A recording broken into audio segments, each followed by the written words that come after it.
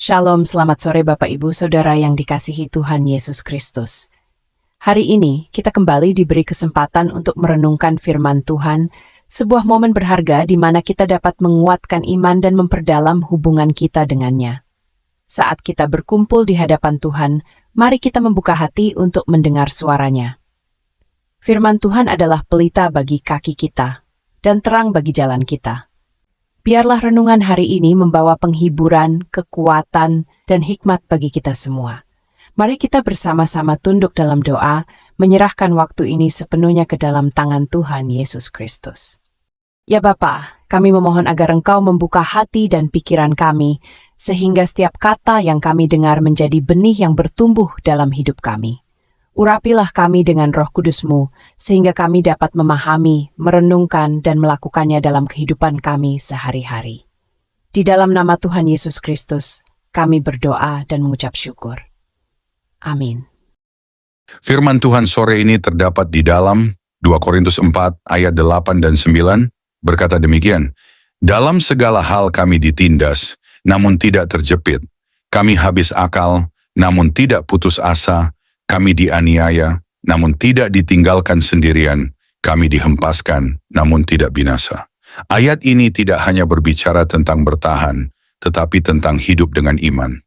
Dalam kehidupan sehari-hari, kita sering merasa seperti ditindas oleh berbagai tekanan. Mungkin itu datang dari pekerjaan yang berat, masalah keluarga, kekhawatiran akan masa depan, atau bahkan pergumulan pribadi yang sulit. Dalam perjalanan hidup, kita juga mungkin merasa dianiaya, entah oleh ketidakadilan, fitnah, atau bahkan kesalahpahaman dari orang-orang di sekitar kita.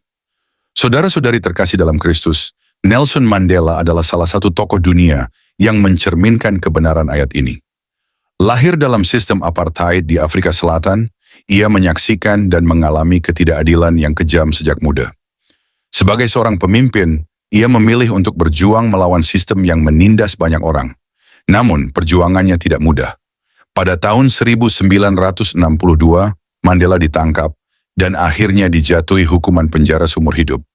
Selama 27 tahun di penjara, Mandela menghadapi tekanan fisik dan mental yang luar biasa. Ia kehilangan masa muda, kebebasan, dan kebersamaan dengan keluarganya. Tetapi, seperti yang dikatakan dalam 2 Korintus 4 ayat 8 dan 9, Mandela tidak hancur di tengah penderitaannya. Ia tetap menjaga harapan dan fokus pada visi yang lebih besar, yaitu keadilan dan kesetaraan untuk semua orang. Saat jeruji besi memisahkannya dari dunia, Mandela tidak menyerah pada keputusasaan. Sebaliknya, ia memilih untuk melihat penjara sebagai tempat pemurnian. Mandela tidak membiarkan keterpurukan menghancurkan dirinya.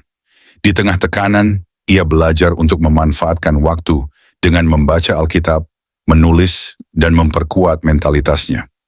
Setiap malam di penjara, Mandela menatap langit dari balik jeruji. Hanya bintang yang menyaksikan air matanya. Di dalam kesunyian itu, ia mendengar suara yang lebih besar dari rasa sakitnya. Ia merasa Tuhan berbicara melalui setiap detik penderitaannya. "Bertahanlah, karena penderitaanmu akan menjadi kebebasan bagi banyak orang." Setelah merasakan kebebasan pada tahun 1990, Nelson Mandela menghadapi pilihan besar, membalas dendam kepada mereka yang telah menindas dan memenjarakannya selama 27 tahun, atau memilih jalan yang lebih sulit, jalan pengampunan dan rekonsiliasi.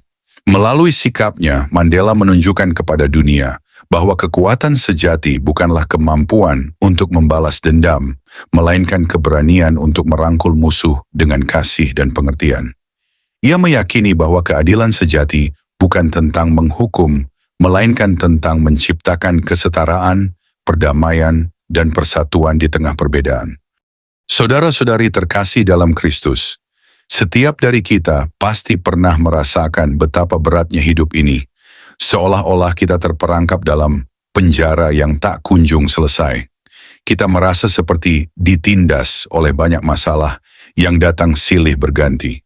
Tekanan pekerjaan yang tak ada habisnya, konflik keluarga yang tiada ujungnya, kekhawatiran tentang masa depan yang terus menghantui kita, atau bahkan rasa kecewa karena doa yang terasa tak pernah dijawab. Semua itu sering membuat kita merasa lelah, terhimpit, dan hampir kehilangan harapan. Ada saat-saat di mana kita merasa habis akal, tidak tahu lagi harus berbuat apa. Kita mencoba berbagai cara, tetapi jalan buntu terus menghadang. Ketika kita merasa seperti itulah saatnya untuk menyerah.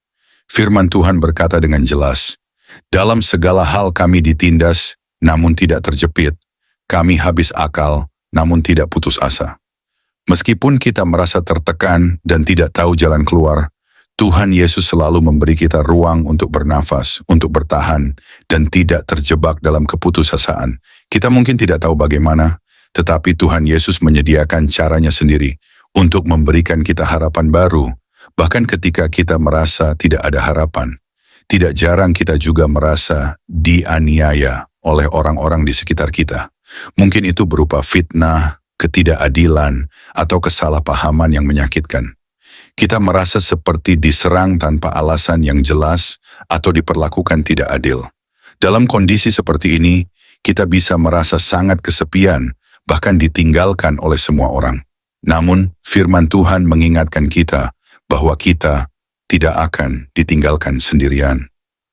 Bahkan dalam kesendirian dan penderitaan, Tuhan Yesus selalu hadir di sisi kita. 2 Korintus 4 ayat 8 dan 9 berkata demikian, "Dalam segala hal kami ditindas, namun tidak terjepit. Kami habis akal, namun tidak putus asa. Kami dianiaya, namun tidak ditinggalkan sendirian. Kami dihempaskan, namun tidak binasa." Firman ini mengajarkan kita bahwa meskipun hidup ini penuh dengan pergumulan, tekanan, dan penderitaan, kita tidak akan terjepit, kita tidak akan putus asa, kita tidak akan ditinggalkan sendirian, dan kita tidak akan binasa. Tuhan Yesus tidak akan membiarkan kita terjatuh tanpa mengangkat kita kembali. Dalam setiap kesulitan yang kita hadapi, Dia memberi kita kekuatan untuk bertahan, untuk bangkit, dan untuk melihat rencananya yang lebih besar di balik semua itu. Mari kita berpegang teguh pada janji Tuhan Yesus. Dalam setiap penjara hidup yang kita alami, dalam setiap tekanan, kebingungan, atau kesulitan yang datang, kita dapat percaya bahwa Tuhan Yesus menyertai kita dan akan membawa kita keluar dengan kemenangan. Dengan iman kita bisa melewati segala pergumulan dan meraih harapan yang telah disediakannya. Tuhan Yesus memberkati kita semua. Mari kita berdoa. Bapa yang Maha Kasih, kami datang ke hadirat-Mu dengan hati yang penuh syukur. Terima kasih untuk penyertaan-Mu sepanjang hari ini, dan untuk waktu yang Kau berikan bagi kami untuk merenungkan firman-Mu. Engkau adalah Tuhan yang setia, yang tidak pernah meninggalkan kami di tengah badai kehidupan. Kami tahu bahwa semua yang kami lalui, baik sukacita maupun penderitaan, adalah bagian dari rencana indah-Mu untuk membentuk kami menjadi pribadi yang lebih kuat dan lebih dekat kepadamu. Tuhan, kami berserah atas seluruh pergumulan hidup kami. Mungkin saat ini ada di antara kami yang sedang merasa lelah karena tekanan hidup, bingung dengan jalan yang harus diambil, atau terluka oleh perlakuan orang lain. Dalam segala kondisi itu, kami percaya bahwa Engkau hadir sebagai Allah yang memberi kekuatan, damai, dan penghiburan. Jangan biarkan kami kehilangan harapan ya Tuhan, tetapi tuntun kami untuk terus berjalan dengan iman, percaya bahwa rancangan-Mu bagi kami adalah rancangan damai sejahtera dan bukan kecelakaan. Ajarkan kami untuk melihat segala sesuatu dengan sudut pandang-Mu. Ketika kami menghadapi kesulitan, tolong kami untuk tidak hanya berfokus pada masalah, tetapi pada kuasa dan kasih setia-Mu yang tak pernah gagal. Biarlah hidup kami menjadi saksi bagi orang lain, mencerminkan terang dan kasih-Mu di tengah kegelapan dunia ini. Tuhan, kami juga berdoa untuk keluarga kami, pekerjaan kami, dan komunitas di mana kami berada. Kiranya Engkau terus melimpahkan berkat dan hikmat agar kami dapat menjadi saluran kasih-Mu. Pelihara hati kami agar tetap rendah hati dan memiliki keberanian untuk menghadapi hari esok dengan keyakinan bahwa Engkau menyertai kami. Akhirnya kami menyerahkan seluruh hidup kami ke dalam tangan-Mu. Pimpin langkah kami hari demi hari, tuntun kami untuk semakin dekat kepadamu dan pakai kami sebagai alat-Mu untuk memberkati sesama. Kami percaya bahwa bersama Engkau kami lebih menang dan tidak ada sesuatu pun yang dapat memisahkan kami dari kasih-Mu. Terima kasih ya Bapa, untuk kasih dan berkat-Mu yang tak terbatas. Dalam nama Tuhan Yesus Kristus, Juru Selamat kami yang hidup, kami berdoa dan mengucap syukur. Amin.